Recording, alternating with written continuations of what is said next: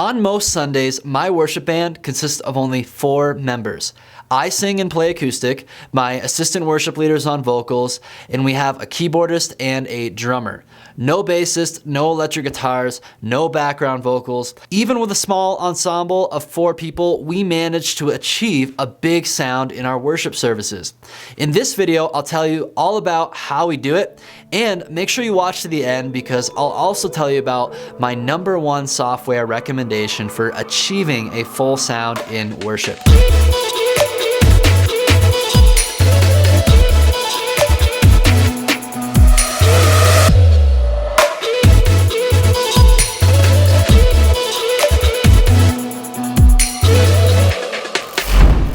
My name is Jake Goslin with churchfront.com, an online resource for innovative and creative church leaders. Subscribe to the channel and hit the notification bell so you can receive all of our latest content to help you grow yourself and grow your church. Make sure you also check out the show notes in the description below for quick links to related videos and free resources for your ministry. Question of the day: what is your opinion of using backing tracks in worship?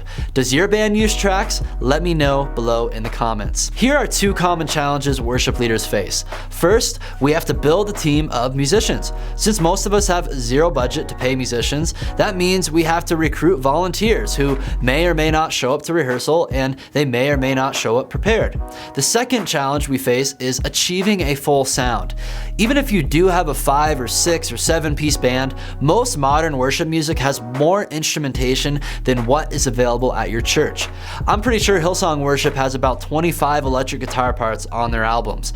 It sounds phenomenal, but how can we at smaller churches emulate that same sound in our worship services? At the small church plant I lead worship at, we have a limited amount of manpower. I only have 4 musicians in my band. We would never have a full sound if it weren't for one important tool we use every week: backing tracks. Backing tracks are a collection of audio files you play alongside your band. Usually these audio files consist of the master recordings from the worship artist's album. For example, if you wanted to have the same synth or guitar sounds that Hillsong, Tomlin, or Elevation Worship use on their record, you can purchase the multi-track audio files, also known as stems, for any of their songs, and then you can load the stems into a software to play them back during worship. Backing tracks are ideal to use for sounds produced by electric guitars, bass guitar, synthesizers, and percussive beats. I do not recommend using backing tracks for a drum set, acoustic guitar, piano, or background vocals.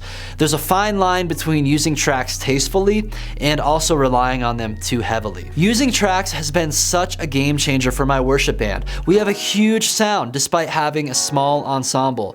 Every week I mix in the bass guitar track, synthesizers, electric guitars, and any other sounds we couldn't achieve on our own. Would I prefer to have a bass guitarist and an electric guitarist? Of course, but at the early phases of building the team at my church plant, I'm more concerned about quality of members over quantity. I'd rather have a bass track and electric guitar track rather than recruiting half-committed musicians in these positions. I want to maintain a high standard of excellence in the overall sound of my band so that it attracts like-minded musicians. When I think about the future of worship music, it is only going to become more electronic.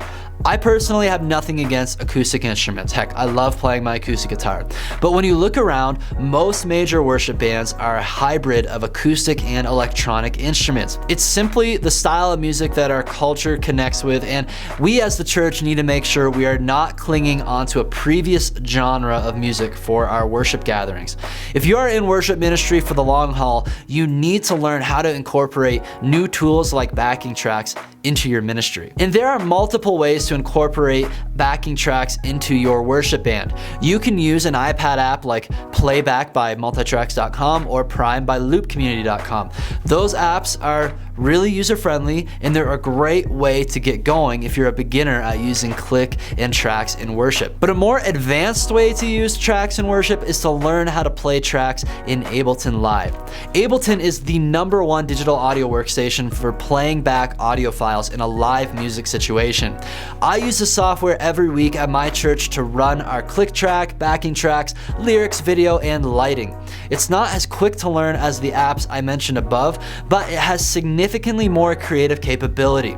I recommend learning Ableton if you are serious about implementing tracks in worship and you want to have almost limitless potential to customize tracks and automate lyrics, video, and lighting in worship. The best way to get started with Ableton Live is to download my Lead Worship with Ableton toolkit. It's linked below in the show notes.